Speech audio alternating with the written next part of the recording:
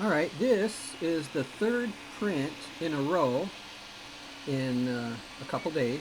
This I started earlier, as you can see, but I guess it's a mystery on how I'm able to print one print after another. Basically, once a print is finished, I remove it and start another. I don't tram the bed each time because I know that a print that just finishes is already set up. If I need to check it, just to be sure, I use this. Okay, it's old school tramming tool. It's a piece of paper. I just do a quick check. But in this particular case, as you can see, it was not needed. This is a mirror tile. Mirror tiles are flat from the factory. They're known to be flat. If you apply a mirror tile to your print surface, your carriage, then there's no chance of warping or I guess what other users have issues with, because I also do it in this fashion. A flat surface to begin with means I don't need an electronic gizmo here to compensate for any highs and lows, because there just isn't any. It would be useless, right? So to avoid this little gizmo, just use a flat surface. And it's flat because it is a mirror. It has to be. It'll be a clown mirror if it wasn't. So the logic is using a flat surface and a reflective surface is actually useful. More useful than any other means that is used. Okay, so there's so many advantages to it. Also, there's a huge advantage to using number 2090 painter's tape. There's an advantage to it. You can see here there's no brim, no raft, no dried, messy Elmer's glue. All right, no curling. You can see that for yourself. All of these parts are separate prints. This is an articulated crocodile skink. None of these pieces will ever touch each other, because if they do, they will fuse. All right, so there are multiple prints on the table at the same time. No stringing. You can see it for yourself. All right, so this print is happening as this video is being made.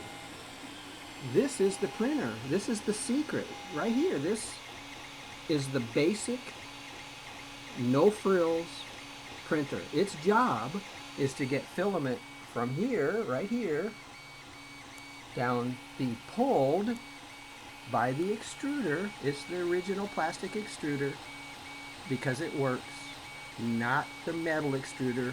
I never changed to the metal one as everyone else seems to think they have to.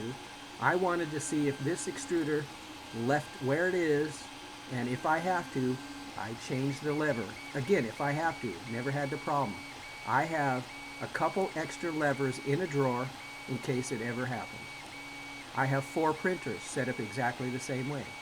So as I'm using the original plastic extruder, the E-steps stay at 93. There's no calibration, no changes in the stepper motor and the gear and yada yada yada and blah blah blah. It's original. Those screws stay where they are. It stays attached from the factory. I just remove that one screw, change the arm if I have to, and start printing again. In fact, the printer doesn't even know I made a change. That's the original Bowden tube. This is how filament is delivered to the hot end. This is a moving part. It's separate from this. In order to get the filament to be fed into the hot end, it's rigid. It's being pushed by this, way over here. The hot end moves back and forth constantly. This is the x-axis. The y is the table. It moves back and forth, or front to back, constantly. It's drawing a picture on the print surface, layer by layer. It fuses to the layer below. That's how 3D printing works. FDM printing, Fusible Deposition Modeling. Check this out. These are the original springs. No need to change them to aftermarket heavy-duty yellow springs or chunks of rubber, because these springs work. I wanted to see if they would work, and they do. They have always worked. 4.5 years, almost 5 years. 365, actually 3,600 STL files have been printed on 4 of my ENDER 3 printers. They are all assembled exactly as you see right here. Another thing, hard to believe, non-heated bed. No heat to the bed to force adhesion. This works as you see it right now. Why would I heat the bed? I am printing PLA. I have printed PETG. I won't print ABS. It's toxic. All right, so there you go. This is the big secret right here. Now you know.